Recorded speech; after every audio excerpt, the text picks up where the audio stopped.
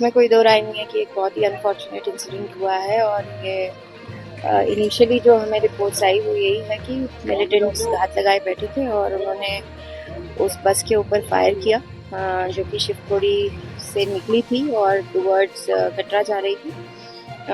उसकी वजह से जो ड्राइवर है उसका बैलेंस जो है वो बिगड़ा और वो नीचे बस जो है वो खाई में चली गई। रेस्क्यू ऑपरेशन जो है वो अभी कंप्लीट किया जा चुका है। 9 are feared dead right now and 33 injured हुए हैं। उनको इमीडिएटली नारायणा हॉस्पिटल। जम्मू और कश्मीर की घाटी एक बार फिर से आतंकवादी हमलों की चपेट में है।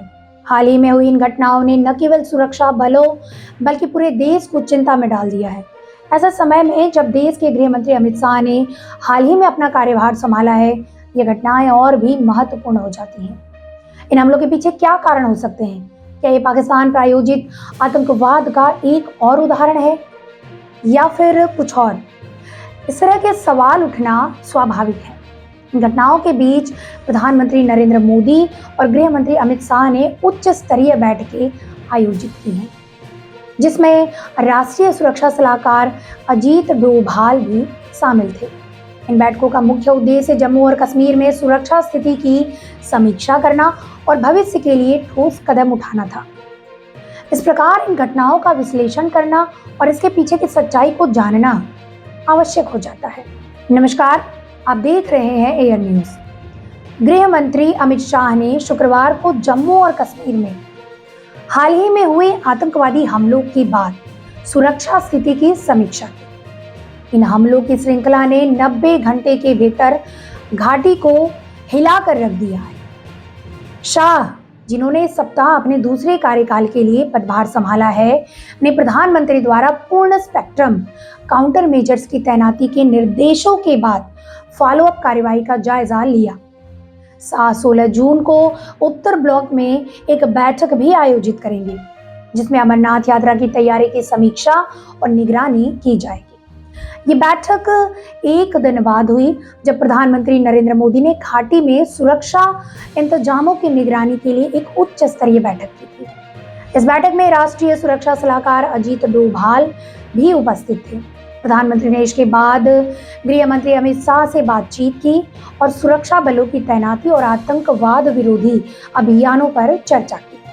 आपको बता दें कि जम्मू और कश्मीर में 3 दिनों के भीतर 3 आतंकवादी घटनाएं हुई, जिसने घाटी में सुरक्षा स्थिति को लेकर चिंताएं बढ़ा दी हैं। बुधवार को भलेसा के कोटा टॉप इलाके से आतंकवादियों द्वारा गोलीबारी की गई, जिसका सुरक्षा बलों ने जवाब दिया। इससे पहले 11 जून की शाम को चत्तरगला पास में एक आतंकवादी हमले में 5 राष्ट्रीय राइफल्स के कर्मी और एक विशेष पुलिस अधिकारी घायल हो गए थे। एक अन्य घटना में 11 जून की रात को कठुआ जिले में एक संदिग्ध पाकिस्तानी आतंकवादी को सुरक्षा बलों ने मार गिराया।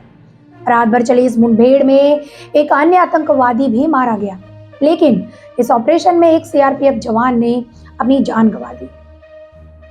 पिछले सप्ताह आतंकवादियों ने तीर्थ यात्रियों को ले जा रही एक बस पर हमला किया, जिससे बस सड़क से हटकर एक गहरी खाई में गिर गई, जिसमें 9 लोगों की मौत हो गई और 41 घायल हो गए। बाकी ये भी सच है कि जम्मू और कश्मीर की सुरक्षा स्थिति हमेशा से संवेदनशील रही है। हाल ही में हुई आतंकवादी घटनाओं ने इस संवेदनशीलता को और बढ़ा दिया है। इन घटनाओं का विश्लेषण करते हुए कुछ मुख्य बिंदुओं पर ध्यान देना आवश्यक है। जैसे 3 दिनों में 3 आतंकवादी घटनाएं ये दर्शाती हैं कि आतंकवादी संगठनों की गतिविधियां अभी भी सक्रिय हैं और वे लगातार सुरक्षा बलों को चुनौती दे रहे हैं। बाकी इन हमलों के जवाब में सुरक्षा बलों ने तत्परता से कार्यवाही की और आतंकवादियों को मार गिराया। ये सुरक्षा बलों की तत्परता और उनकी कुशलता को दर्शाता है और प्रधानमंत्री नरेंद्र मोदी और गृह मंत्री अमित शाह द्वारा आयोजित उच्च स्तरीय बैठकें इस बात की पुष्टि करती हैं कि केंद्र सरकार इस मुद्दे को गंभीरता से ले रही है और इसके समाधान के लिए ठोस कदम उठा रही है। वैसे जम्मू और कश्मीर में आतंकवाद की समस्या कोई नई नहीं है। ये समस्या दशकों से चली आ रही है और कई बार यह समस्या भारत पाकिस्तान संबंधों में तनाव का कारण भी बनी है। इन हमलों के पीछे के कारणों को समझना और इनके प्रभावों का विश्लेषण करना आवश्यक है। जैसे जम्मू और कश्मीर में आतंकवाद की जड़ें पाकिस्तान द्वारा समर्थित आतंकवादी संगठनों में हैं। इन संगठनों का उद्देश्य भारत में अस्थिरता पैदा करना और कश्मीर में अशांति फैलाना है। ऐसे में जम्मू और कश्मीर में हुई हालिया आतंकवादी घटनाएं हमें 2019 के पुलवामा आतंकी हमले की याद दिलाती हैं, जिसमें 40 से अधिक सीआरपीएफ जवानों की मौत हो गई थी। इस हमले ने पूरे देश को झकझोर कर रख दिया था और इसके बाद भारत ने बालाकोट में हवाई हमले किए थे। एक और उदाहरण है 2008 का मुंबई आतंकी हमला, जिसे 26/11 के नाम से जाना जाता है। इस हमले में पाकिस्तान से आए आतंकवादियों ने मुंबई के ताज होटल सहित कई स्थानों पर हमला किया था, जिसमें सैकड़ों लोगों की जान गई थी और कई घायल हुए थे।